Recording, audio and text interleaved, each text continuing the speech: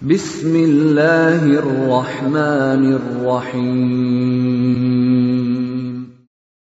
Waltakum minkum ummatun yad'una ilal khairi wa ya'muruna bil ma'ruf wa yanhauna 'anil munkar.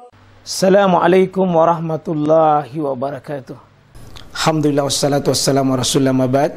Allah berfirman, wajahidu bi amwalikum wa anfusikum. Berjuanglah kalian, berjihadlah kalian melalui hartamu dan dirimu.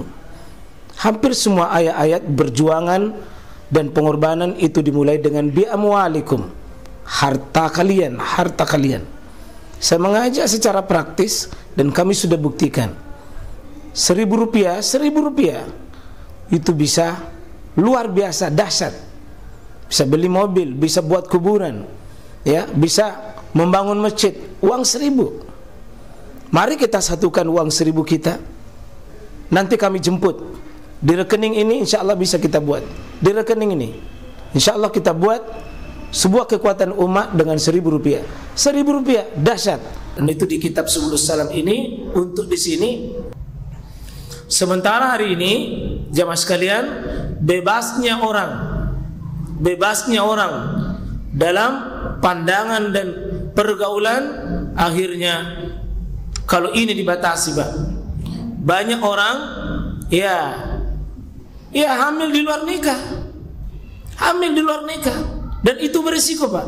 Dalam pembahasan nanti harta warisan, orang yang hamil di luar nikah, ada memang baru dia nikahi, secara hukum Islam dia tidak berhak dapat harta warisan dari bapaknya, karena tidak ada stempel dari syariat bahwa bapakmu itu sah. Kalau begitu garis keturunan dari bapak, wali tidak ada, nikah tidak, kemudian harta warisan tidak ada, tidak boleh disandarkan kepada bapak. Salah satunya, Pak, karena ukuran kriteria al-ba'ah adalah kemampuan ekonomi. Nah, sementara orang juga, Pak, luar biasa kemampuan al-ba'ah. Sudah naik juga sekarang. Ya. Waktu saya menikah ya masih barangkali ya 10 jutaan itu masih standar. Ya. 7 jutaan, 10 jutaan. Sekarang berapa sekarang, Pak, standar kalau mau menikah? Ya, berapa sekarang? Hah? Yang standar sekarang, yang sedang-sedang. Hah? 50. Ini semua produk-produk sekuler ini. Itu yang 50 itu yang tidak ada tambahan. Tapi engkat togalunna, engkat tedonna, engkat jaranna, ada sawahnya. Ini apalagi kalau dia S1. Lain tong itu kalau S2. Lain tong kalau PSN, ASN. Lain tong kalau S2, SN, kemudian haji, paling rendah 150. Akhirnya tinggal tidak jadi menikah. Ya, sampai nenek-nenek. Karena terlalu banyak syirik, Pak, yang kita. Maka mari kita rubah, Pak. Ya. Saya kira saya setuju ini bagus di pesantren Macopa ini. Di sana rata-rata, Pak, tamat SMP menikah, tamat SMP menikah. Ya. Dan mungkin sekarang ini ya dengan pergaulan bebas, Pak, seolah-olah kita kalau menikah SMP sekarang dicurigai. Ya. Bagus itu yang pasangannya Anda akhirnya SMP kan menikah, ya. Ini bagus itu. Ini bagus. Ya. Yang pasangannya di labu-labu. Ya. Apa perintahnya di sini? Kalau sudah ada fal ba'a, man istata'a minkum wa al ba'a, adalah falyatazawwaj. Hendaknya dia menikah. Hendaknya dia cari pasangan hidupnya. Kalau tidak, Pak, dia akan bermasalah. Banyak masalah nanti dalam hidupnya. Ya. Lalu Nabi bukan cuma sekedar perintah menikah, tetap ada penjelasan apa hikmah. Dari sekian banyak hikmah pernikahan, salah satunya fa innahu, dengan falyatazawwaj itu, fa innahu akan menjadi apa? Agaddu lil basar. Menahan apa?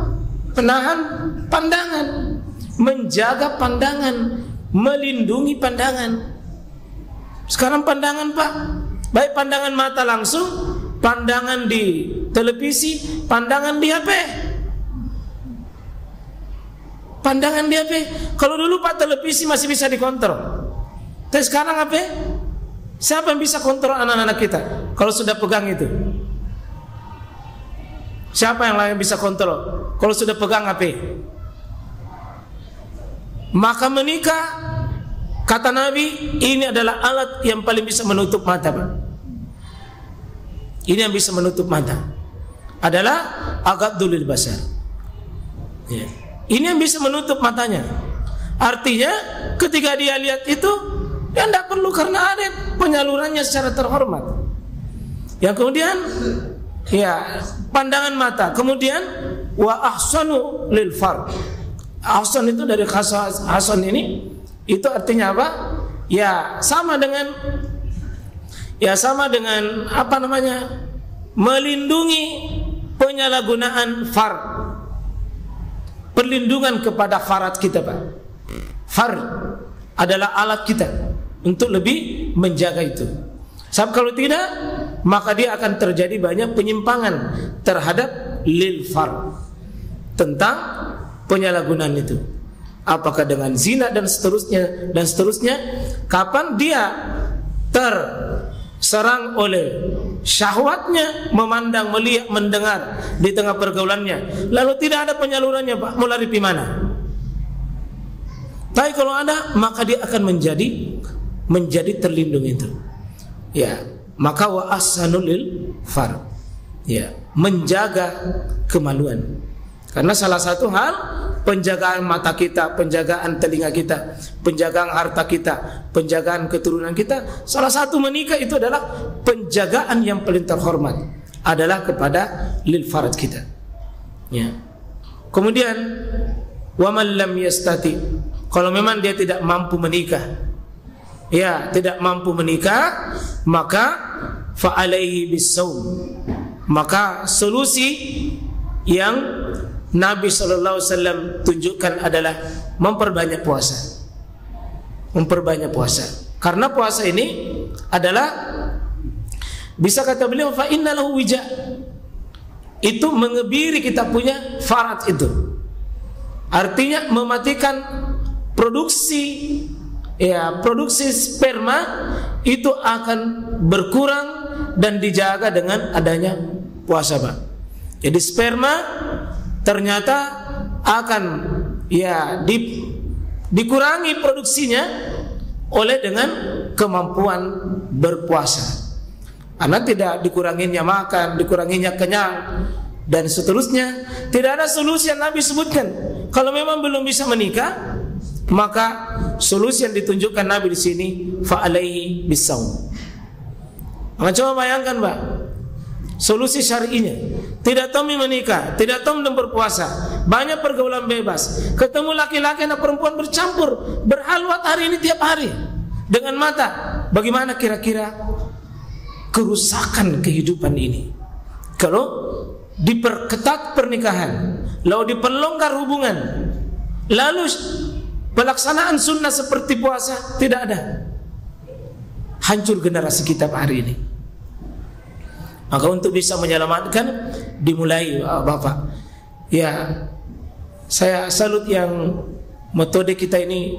Jangan terlalu dipersulit pernikahan, jangan terlalu dipersulit. Yang persulit itu Pak karena bayangan-bayangan pikiran kita, bayangan-bayangan pikiran kita. Apa nanti mau kasih makanan anaknya orang, harus begini, harus begini, harus begini. Kenapa? Karena terlalu banyak syahwat, adat, tradisi dan budaya kita masuk. Ya, jadi ini saya kira ini salah satu solusi. Dan ya fa innahu lahu wija, dengan wija itu adalah artinya benteng laki-laki itu Pak dengan pernikahan. Jadi namanya benteng Pak.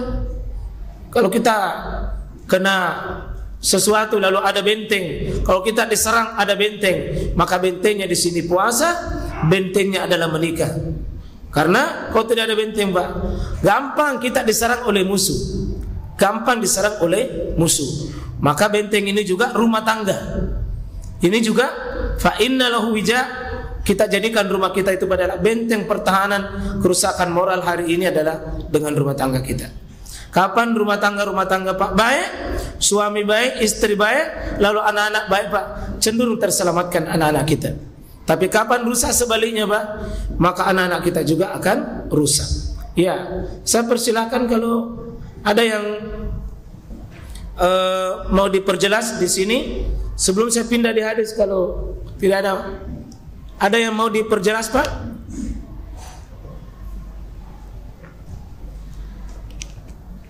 Maaf tadi yang disebutkan itu ya ma'syara syabab, meskipun dalam konsep pernikahan Pak, yang dinikahkan itu bukan cuma anak muda.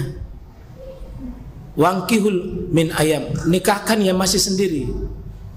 Maaf ya, yang masih sendiri itu tetap perintah menikah baginya berlaku. Kenapa pakai senyum-senyum? Iya, artinya bukan cuma syabab, tapi yang dinikahkan itu yang masih sendiri. Jangankan yang masih sendiri, yang ada saja pasangannya, terus ya syariat jika memang dia laki-laki prototipe khusus, tidak cukup mentung kalau tidak lebih dari satu, itu pun terbuka dan syariat yang bilang begitu. Ya, saya baru-baru ini di pengajian lorong di sini pengajian. Ya minta maaf Ibu, saya bukan mengajarkan poligami, tapi ini Quran yang bilang itu. Quran bilang kalau memang kita belum siap, yang penting jangan dicela orang menikah itu 2 kali. Jangan. Kalau caranya benar, niatnya pun benar. Karena Allah yang bilang Pak, ya menikah itu masna wa sulas wa rubah, bukan pendapat ulama, langsung Allah bilang. Kalau begitu, ya masna wa sulas wa rubah, pasti ada orang yang cocok itu. Pasti ada orang cocok itu. Ya. Pasti ada orang cocok. Ada mentung laki-laki tidak cukup kalau satu Ji. Memang Pak, ada harus memang 2 kali 1 atau 3 kali 1 sehari. Iya, dia tidak bisa dipungkiri itu. Tapi mohon jangan dibanggakan. Sebagaimana jangan minder kalau menjadi istri kedua, istri ketiga, tidak. Jangan dianggap aib dan jangan dianggap sebagai sebuah kebanggaan. Kalau memang belum lakukan, ya minimal jangan dicela. Minimal jangan dicela. Ya, jadi tolong karena ini hal-hal yang peka. Tapi kalau ayat Al-Quran minimal jangan kita membenci dan jangan mengatakan ya itu 2 istrinya 3 istrinya. Bukan aib. Bukan aib, tapi jangan dibanggakan. Karena yang pokok rumah tangga itu bukan jumlah Pak, tapi ujungnya adalah sakinah, mawaddah, warahmah. Ya ada orang yang satu itu sakinah, ada orang satu itu sudah cukup sakinah. Sebagaimana Nabi 25 tahun dalam usia pernikahannya dengan Khadijah, tidak pernah beliau tambah 25 tahun. Dan rumah tangga beliau adalah baik-baik saja. Tapi setelah meninggal Khadijah Pak, Nabi pernah menikah 4 kali 1 tahun, dibalakannya. Karena kebutuhan dakwah itu yang Nabi SAW lakukan.